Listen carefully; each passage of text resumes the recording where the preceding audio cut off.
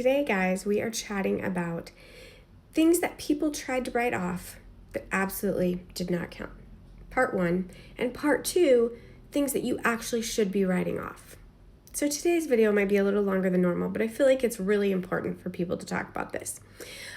So today in our first part, let's chat about things that people try to write off that absolutely did not count, or AKA things that made your accountant blink slowly. Just to be clear, these are real questions and real people that we get these from. So let's run through a couple scenarios. Number 1, a full wardrobe refresh. We are not talking about uniforms. We're not talking about branded logos and hats.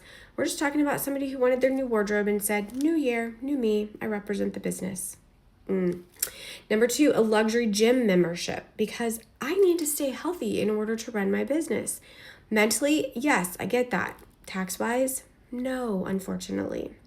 Number 3, a family trip. Maybe we're taking the whole family to Disney or Hawaii or Europe with the justification that I thought about my business while I was there, or it's really important to have some R&R so that I can run my business effectively.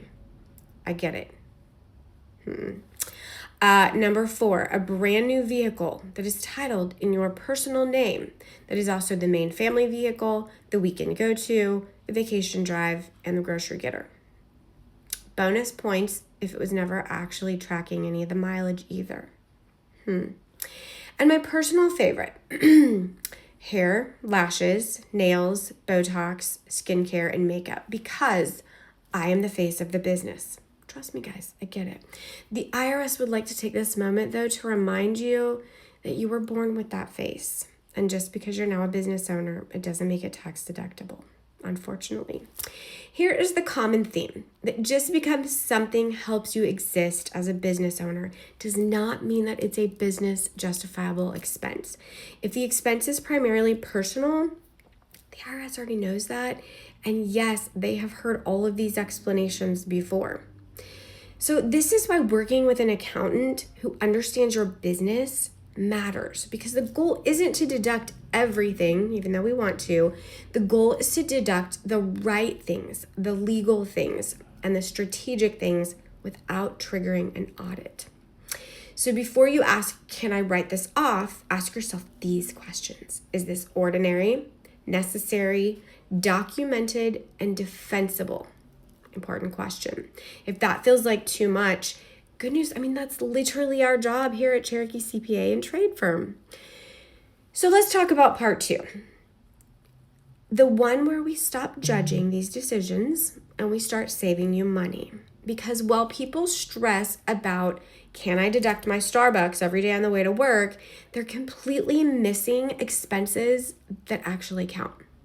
So let's run through some of the ones that people do actually forget. Professional fees. Your accountant. Hi, that's us. Your payroll service. Your lawyer. Yes, the people who are keeping you out of trouble are also tax deductible. Softwares and subscriptions. QuickBooks, payroll software, scheduling tools, CRMs. If it runs your business, it usually counts. Business insurance. So if you have to have general liability, workman's comp, professional insurance, if you do have a business vehicle, title the name of your business, and it's on a business policy. It's not exciting, but it's very deductible. Phones and internet. If you use them for business, a portion is deductible. Fun tip for today, if your cell phone is in your business name, then all of it's deductible. And no, we're not talking about your entire family plan. Nice try. Education and training. Courses, certifications, conferences that improve your skills, not your hobbies, your skills. And if you have to travel to get to these conferences, your airline ticket, your rental car, and your hotel are also deductible. For our trades businesses that we work with, things like tools, equipment, safety gear, licensing, and work-related mileage are often big missed deductions. Most business owners don't miss deductions because they're doing something wrong. They miss them because no one ever explained what actually qualifies or asked the right questions. If your tax preparer is just taking the documents that you give them at the end of the year and they're not asking you questions, I promise you, you're missing deductions. Guys, good tax strategy isn't about pushing the limits. It's about being intentional, documented, and proactive. So yes, there are absolutely things that you should be writing off and things you shouldn't be writing off. We don't expect you to know all of these just because you're running a business, but we do expect you to work with a team who knows the answers to those and keeps you in compliance.